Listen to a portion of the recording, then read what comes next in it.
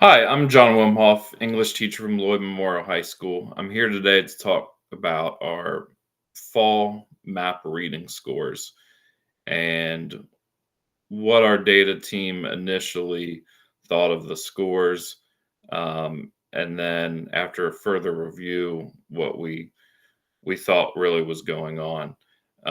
Initially, I had flagged 17 of my own students due to rapid guessing or a previous high score in middle school.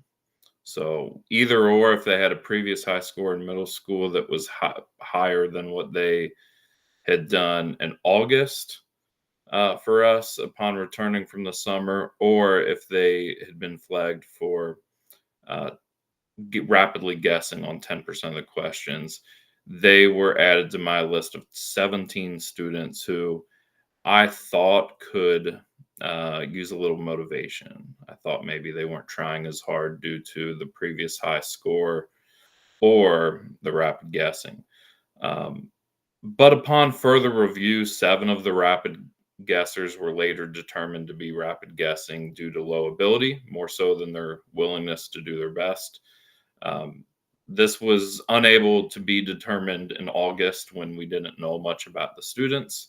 But as we got to know the students and talk to them about how they did and observe them in the classroom and look at other data points, I was able to narrow down my list that was originally 17 to 10 students who I thought really could do better, and 10 students who would benefit from some mentoring, incentives, and additional academic support. Some other reasons for the data trend: it was the second week of school, right after the summer slide. Rapid guessing, as mentioned before, could have more to do with low ability and helplessness than effort. And it was later determined that was the case for seven of the original 17. We've always had incentives for map testing, but the incentives did not seem to be working. We've always offered quote unquote carrots and sticks, extrinsic rewards, a candy bar, a bag of chips, which we will still continue to do, but we're trying to um, offer other types of rewards as well, not only rely on those. And for another reason, students do not understand why map testing is important, especially when they get in here as freshmen and they don't know what we do with the data. Um, Options selected for change: continuous rewards with a focus on more intrinsic proximal rewards. So basically, proximal rewards are if you're trying to improve reading skills, uh, then you will reward them with a book of their choice, something that's going to help them with whatever the desired outcome is, instead of just a piece of candy. Um, and then two, ongoing mentoring and skill development as well. I found that it wasn't just effort. They needed more than just a pep talk. They needed to develop some specific skills also. Implementation of my action plan. Step one was to conference with students about map scores. And after those conferences, I found out it wasn't all about effort. They seemed genuine in their responses. And at that point, as I was having these conversations, I knew them a little better, and what I had been seeing in the classroom matched up, I think, with what they were saying. And so I just started with these conversations, and then I offered to them, "Hey, would you be interested in attending an intervention group, and where I would give you some targeted practice?" And then the targeted practice would be based off uh, the skill that they need to work on the most according to MAP, whatever their targeted uh, growth area was. And they all were very receptive to it. I mentioned the possibility of rewards, but I didn't dangle, anything in particular out there. Um, and then step 3 and 4, we're not quite there yet. Step 3, promote self management with proficiency scales. Our department has developed proficiency scales in our regular English classes, for thesis statements and for citing textual evidence. And but they've just been introduced. It's not really ingrained in our school culture yet. Next semester, hopefully, as students become a little bit more familiar with using the proficiency scales, we hope to use them in the intervention period. So since the intervention groups, the work that we assign in these groups, you don't get a grade for it. And so we're trying to use proximal rewards, and also a mixture of some other type of rewards as well, that are more extrinsic, and also some self-management, like just being um, being self-motivated and being able to use a proficiency scale to see where you match up on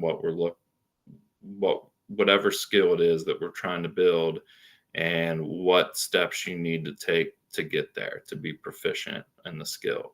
So since we're not given a grade, we're hoping that the students can take some ownership of their own grades using these proficiency scales. We introduce them in classes this semester, and once again, when they become more comfortable with them, we're gonna use them in the intervention groups as well. Step 4, after the fact, extrinsic rewards. Um, Through talking with my administration, and the English department, we thought that you can't just, with our students and the way that they are and what they're used to, you can't just totally get rid of extrinsic rewards. But we're going to try to do it after the fact. So not dangling in front of them, um, not an if then reward, not something so shiny and that it distracts the kids from the learning itself, and they're just working to get this lollipop. Um, but after the fact, um, we're going to offer kids with extrinsic rewards, similar to what they've always received, maybe their choice of a 20-ounce soft drink or a bag of chips or a piece of candy, at the end of an intervention group, successfully completing it and reaching your goals, and also after MAP tests or pre-SAT assessments in which they show growth. So far, students have embraced the process. Students were receptive to having conversations about improving their MAP scores, and all accepted the extra practice given to them without receiving a grade or extrinsic reward for the work. This is a step in the right direction, based on what they're used to. They're always asking, is this for a grade? What do I get out of this? And they haven't received any extrinsic rewards throughout this process, um, but had they been hinted at that you might receive one in the end, so that they they know that they're likely going to get something, but the focus is more on the learning instead of whatever the reward may be. Some mistakes to learn from. Don't make sweeping judgments early in the school year. Don't rule out multiple factors for low performance. Don't expect results overnight. Instead, start to assess data in October. Consider multiple data points and possible explanations, and focus on growth, and the results will come. Ultimately, the success of this work, it will be determined on the December MAP and pre-SAT scores. Um, but so far, students seem to be embracing the process of working on these skills and interventions, and they've had a pretty good attitude about it. Thank you for listening, and it's been a pleasure to be in this class. See you next time.